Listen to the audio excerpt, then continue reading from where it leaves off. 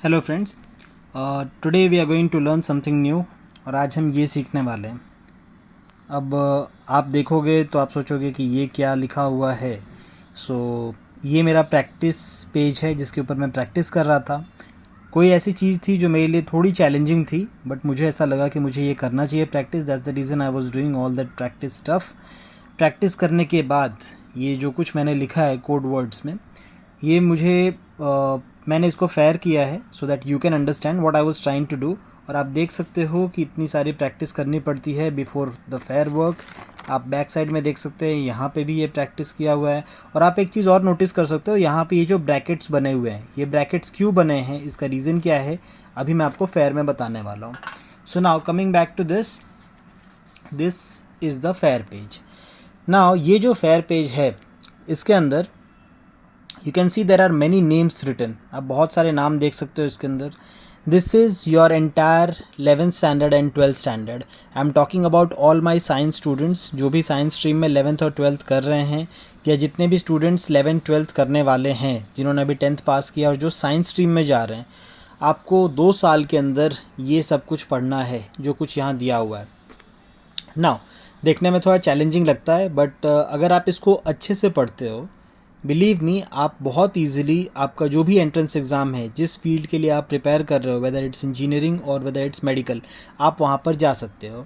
ना जो स्टूडेंट्स आगे इंजीनियरिंग के लिए प्रिपेयर कर रहे हैं या मेडिकल के लिए कर रहे हैं, उनके लिए एक बहुत इंपॉर्टेंट चीज़, ये जो पहला कॉलम आपको दिख रहा है, ये फिज़िक्स का कॉलम है 11th स्टैंडर्ड। ये फिज़िक्स 11th स्टैंडर्ड है।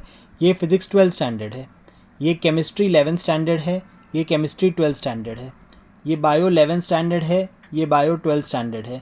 ये मैथ्स 11th है और ये मैथ्स 12th है। ना फॉर एग्ज़ाम्पल, जो स्टूडेंट मेडिकल के लिए प्रिपेयर कर रहे हैं, तो उनको फ़िज़िक्स पूरा पढ़ना पड़ता है 11th and 12th। Chemistry 11th and 12th पढ़ना होता है। बायो 11th एंड 12th पढ़ना होता है। Maths 11th and 12th maths नहीं करना होता है जो मेडिकल के लिए प्रिपेयर कर रहे हैं। अगर इंजीनियरिंग के लिए कर रहे हैं तो बायो आपका ऑप्शनल हो जाता है। ये दो कॉलम्स जो हैं ये ऑप्शनल हो जाएंगे आपके। ये दो आपको नहीं पढ़ना है, ये दो पढ़ना है। तो जो भी कॉम्बिनेशन आप यूज़ कर रहे हो अकॉर्डिंगली आपको करना है। बट एक चीज़ इसमें कॉमन है, फिज़िक्स एंड केमिस्ट्री आपको करना ही करना है, चाहे आप यहाँ पे जाएँ, चाहे आप इंजीनियरिंग मोड में जाएँ। नाउ इसमें लिखा क्या है मैंने, although it looks very clumsy, but मैं इन सबको एक ही पेज पे लिखना चाहता था बिकॉज मुझे कुछ पैटर्न दिखाना है इसमें। जैसे कि मैंने मेरा प्रैक्टिस पेज देखा, इसके अंदर मैंने कुछ ब्रैकेट्स ड्रॉ किए हैं। अब इस ब्रैकेट्स का मतलब क्या है, जैसे इस ब्रैकेट में मैंने क्या लिखा है कोड में, उसको हम समझने का अगर ट्राई करते हैं तो फॉर एग्ज़ाम्पल इसके अंदर जैसे कि आप देख सकते हो, यहाँ पे मैंने 3 चैप्टर्स को एक ब्रैकेट में लिया है, 2 चैप्टर्स को एक ब्रैकेट में लिया है, यहाँ 2 को एक ब्रैकेट में लिया है, फिर इन 2 चैप्टर्स को एक ब्रैकेट में लिया है। अब जब मैं इसमें बताऊँगा तो आपको ईजिली समझ में आएगा वो क्या है। Now coming back to this, physics 11th standard में यूनिट्स एंड मेजरमेंट्स एक चैप्टर होता है, मैथमेटिकल मेथड दूसरा चैप्टर है। यूनिट्स एंड मेजरमेंट्स और मैथमेटिकल मेथड्स आपस में कनेक्टेड हैं ना। ये जो भी मैंने नाम यहाँ पे लिखा हुआ है, this is all from state board, Maharashtra state board की जो बुक्स हैं उसमें ऐसे नाम है। एनसीईआरटी के बुक में इसके नाम थोड़े अलग लिखे होते हैं, बट दोनों बुक को स्टडी करने के बाद आई केम टू द कंक्लूजन कि टॉपिक्स मोर और लेस सेम ही होते हैं, सिर्फ चैप्टर के नाम बदल जाते हैं। Units and measurements, mathematical methods एक टाइप के चैप्टर हैं। Motion in plane, laws of motion और ग्रेविटेशन, ये तीनों एक टाइप के चैप्टर हैं। अगर आप ये पढ़ते हो तो ये और ये आपस में कनेक्टेड हैं, ठीक है। Mechanical property of solids 11th standard का और mechanical property of fluids from 12th standard, ये दोनों आपस में कनेक्ट होते हैं। ये चैप्टर इसके लिए ज़रूरी है, ये चैप्टर इसके लिए ज़रूरी है। आपको दोनों का कनेक्शन समझना है अगर आपको मैकेनिकल प्रॉपर्टी समझना है तो। साउंड ये 11th स्टैंडर्ड में है और super position of waves 12th standard में है, ये दोनों आपस में कनेक्टेड चैप्टर हैं। ऑप्टिक्स 11th स्टैंडर्ड में है, वेव ऑप्टिक्स 12th स्टैंडर्ड में है। लाइट रेज के बारे में दोनों चैप्टर हैं, आपस में कनेक्टेड चैप्टर हैं, जिसमें आप जैसे आप 10th स्टैंडर्ड में भी सीखते हो लेंसेज के बारे में, लाइट किस डायरेक्शन में ट्रैवल करता है, रिफ्लेक्शन रिफ्रैक्शन जो आप सीखते हो वो सब का कंटिन्यूएशन है ये। एक और बात मुझे मेंशन करना है यहाँ पे, 9th स्टैंडर्ड में एक चैप्टर होता है रिफ्लेक्शन ऑफ लाइट और 10th स्टैंडर्ड में एक चैप्टर होता है refraction of light. Reflection of light और रिफ्रैक्शन ऑफ लाइट आपस में कनेक्टेड है। एंड उसके बाद 11th स्टैंडर्ड में ऑप्टिक्स है और 12th स्टैंडर्ड में वेव ऑप्टिक्स है। मैं यहाँ पे ये हाईलाइट करना चाह रहा हूँ कि 9th स्टैंडर्ड 10th स्टैंडर्ड जो साइंस सब्जेक्ट है, 11th standard and 12th standard science और फिजिक्स और केमिस्ट्री जो भी आप डील कर रहे हो, 9th 10th 11th 12th सब आपस में कनेक्टेड है। इसलिए जो स्टूडेंट्स ऐसा बात करते हैं ग्रुप सर्कल में and when they talk that कि वो चैप्टर तो मैंने ऑप्शन में डाल दिया था, सर जब आप वो चैप्टर ऑप्शन में डाल देते हो तो आपके मार्क्स भी उसके साथ ऑप्शन में चले जाते हैं। अगर आप सपोज ट्रेन से मुंबई से दिल्ली जा रहे हो तो मुंबई से दिल्ली जाते समय बीच में सूरत से वडोदरा को आप ऑप्शन में नहीं डालते ना, ट्रेन तो पूरा कवर करती है, वो तो जितने स्टेशन बीच में आते हैं सब कवर करते हुए जाती है। तो that's what I am trying to highlight, optics और वेव ऑप्टिक्स आपस में कनेक्टेड है, साउंड सुपरपोजिशन कनेक्टेड है। इलेक्ट्रोस्टैटिक्स आप देख सकते हो 11th स्टैंडर्ड में भी है, इलेक्ट्रोस्टैटिक्स 12th स्टैंडर्ड में भी है, और एनसीईआरटी के बुक में जब आप देखते हो तो इलेक्ट्रोस्टैटिक्स पूरा एक कंप्लीट चैप्टर है, बट स्टेट बोर्ड में इसको 2 अलग अलग ईयर में डिवाइड किया है। नाउ इलेक्ट्रोस्टैटिक्स ये अगर आता है तो ये समझ में आएगा, और ये समझने के लिए ये ज़रूरी है। Electric current through conductor 11th में है, करंट इलेक्ट्रिसिटी 12th में है, मैग्नेटिज्म 11th में है, और magnetic field due to electric current 12th में है, मैग्नेटिक मटेरियल्स 12th में है। Electromagnetic waves and communication system यहाँ है, इलेक्ट्रोमैग्नेटिक इंडक्शन 12th में है। सेमीकंडक्टर्स यहाँ है, सेमीकंडक्टर डिवाइसेस 12th में है। इलेक्ट्रोमैग्नेटिक इंडक्शन अगर आप समझोगे तो जाके आपको एसी सर्किट समझ में आता है। Electromagnetic wave and communication system अगर आपको आता है तो आपको dual nature of radiation and matter समझना ईजी होगा।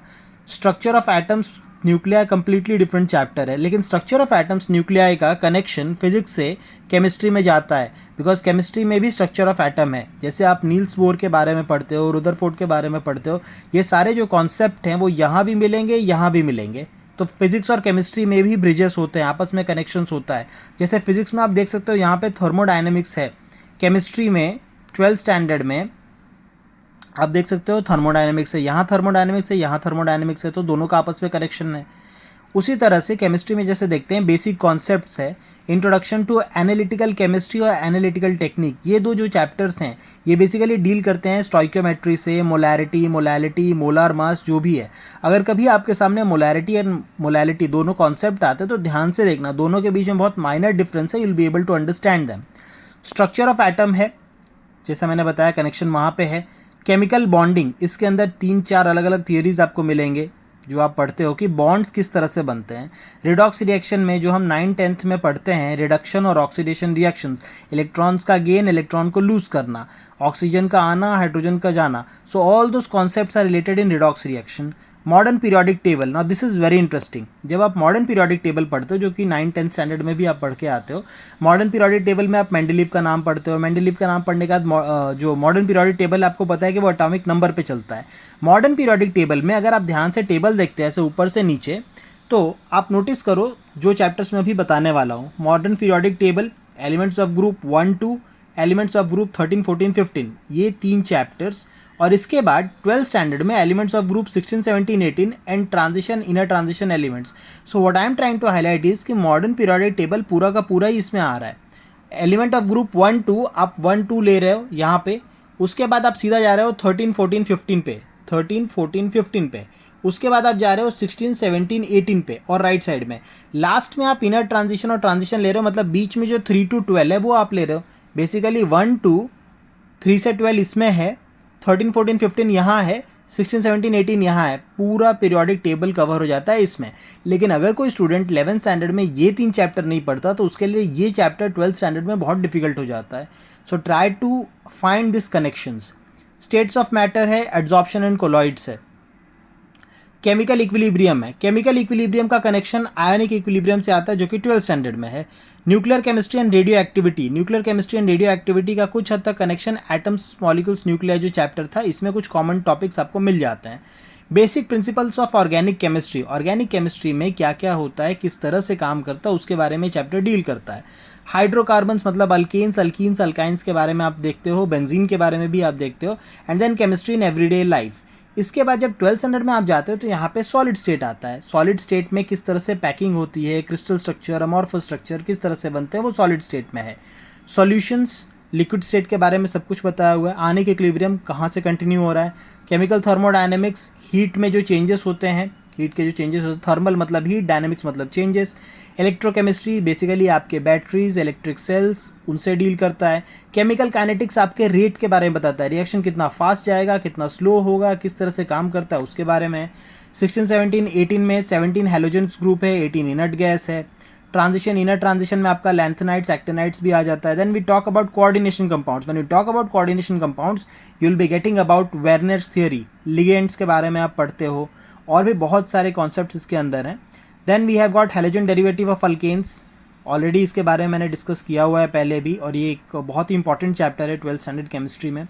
अल्कोहल, फिनॉल, ईथर, सब अलग अलग फंक्शनल ग्रुप है, सबकी इंडिपेंडेंट फैमिलीज़ हैं, किस तरह से प्रिपरेशन होता है, किस तरह से रिएक्शंस हैं उसके बारे में बताया गया है, किसके साथ कैसे काम करता है वो। Same applies to aldehyde, ketone, carboxylic acid, और एक नाम यहाँ पे मिसिंग है ईस्टर्स, इसमें किस तरह से होता है, कार्बोनिल कंपाउंड्स। और एक बहुत ही पॉपुलर क्वेश्चन आता है बोर्ड एग्जाम में, अल्डोल कंडेंसेशन। अल्डोल कंडेंसेशन क्या होता है, कैनिज़ेरो रिएक्शन किस तरह से काम करता है, अल्फ़ा बीटा क्या है, ये सब समझने के लिए आपको ये चैप्टर रीड करना पड़ेगा। Then we have got amines, Sandmeyer reaction का नाम अगर आपने सुना होगा, it deals with amines. Similarly यहाँ पे एसडीए में, जब एसडीए आप पढ़ोगे तो यहाँ पे Markovnikov rule, सेटजेफ rule, SN1, SN2, इन सब के बारे में पढ़ते हो। बायोमोलिकुल्स आप पढ़ोगे, अगेन बहुत ही वास्ट चैप्टर है, मैंने ऑलरेडी इसके ऊपर वीडियो पोस्ट किया हुआ है तो मैं इस पर डिस्कस नहीं कर रहा। Polymers, I am still working on it, polymers पे भी कभी ना कभी वीडियो आएगा। Green chemistry, nano chemistry, I am yet to touch, अभी तक मैंने नहीं देखा है रिवीजन इसका। Then coming back to bio, ये फिजिक्स और केमिस्ट्री ये दोनों तो मैंडेटरी है, आप आइदर इंजीनियरिंग जाओ या मेडिकल जाओ, आपको इतने चैप्टर्स करने ही करने हैं। Then come back to bio, bio में क्या दिया हुआ है, living world, system of living organisms एक टाइप के चैप्टर हैं। Kingdom plant, kingdom animalia 10th standard में भी दिया हुआ था, अगर थोड़ा बहुत याद होगा। एनेलिडा, आर्थ्रोपोडा, एकाइनोडर्माटा, हेमिकॉर्डाटा, जो भी आपने एनिमेलिया में देखा था। प्लांट कैटेगरी में जो आपने नाम पढ़े हुए थे तो वो जिम्नोस्पर्म, एंजियोस्पर्म, उन सब का डिटेलिंग है, ज़्यादा टेक्निकल लेवल पे होता है ये। Cell structure, organisation, biomolecule, cell division, आपस में कनेक्टेड चैप्टर्स हैं। सेल स्ट्रक्चर में एनिमल सेल्स, प्लांट सेल्स किस तरह से काम करते हैं, सेल डिवीजन में वो कैसे डिवाइड होता है, जिस जैसे आप प्रोफेज, एनाफेज, टेलोफेज में जो भी आप नाम उसमें पढ़ते हो वो सब आता है। Plant tissues, anatomy, plant tissues किस तरह से हैं, मॉर्फोलॉजी, मैं इनके नामों के अंदर नहीं जाना चाहता क्योंकि हर एक चैप्टर बहुत ही टेक्निकल है, बहुत सारे नाम इसके अंदर दिए हुए हैं टेक्निकल लेवल्स पे। तो जब मैं वो चैप्टर पे इंडिपेंडेंटली वीडियोस बनाऊंगा then you will come across all those names and I am working on them. जैसे जैसे जो चैप्टर मुझे कन्वीनियंट लगेगा I will be making video on that. So we have got animal tissue, study of animal tissue, cockroach ना। जब मैंने NCERT का book देखा उसमें एनिमल टिश्यू कॉकरोच जो है इस वहाँ पे दो और अर्थवॉर्म और फ्रॉग का एग्जाम्पल दिया है। सो जस्ट यही डिफरेंस होता है। अलग अलग बोर्ड में जो स्टूडेंट हैं मुझसे पूछते हैं that what more we can do, अलग अलग बोर्ड में सिर्फ थोड़ा बहुत एग्जाम्पल्स चेंज होते हैं, बाकी चीज़ें नहीं चेंज होती हैं। टॉपिक मेरे टाइम पे जो था इलेक्ट्रोमैग्नेटिक इंडक्शन, जो आपने यहाँ देखा था, मेरे टाइम पे लेंजेस लॉ था, आज भी लेंजेस लॉ है। AC सर्किट में इंडक्टेंस, कैपेसिटेंस, ऑसिलेटर्स थे, रिएक्टेंस था, आज भी वही है। तो कोर टॉपिक्स नहीं चेंज होते, सिर्फ ऊपर नीचे के थोड़े बहुत टॉपिक चेंज हो जाते हैं। Coming back to control coordination, human health diseases, enhance food production, biotechnology, organisms and population, ecosystem and energy flow, biodiversity, conservation and environmental issues, इतने 12th स्टैंडर्ड में थे। आई एम सॉरी, मैंने थोड़ा mix up कर दिया। 11th स्टैंडर्ड में respiration energy transfer, हाँ photosynthesis, respiration energy transfer, दो बहुत इंपॉर्टेंट चैप्टर्स थे। Then excretion, osmoregulation, skeletal movement, almost ये दोनों चैप्टर बैक टू बैक होते हैं किसी भी बुक में।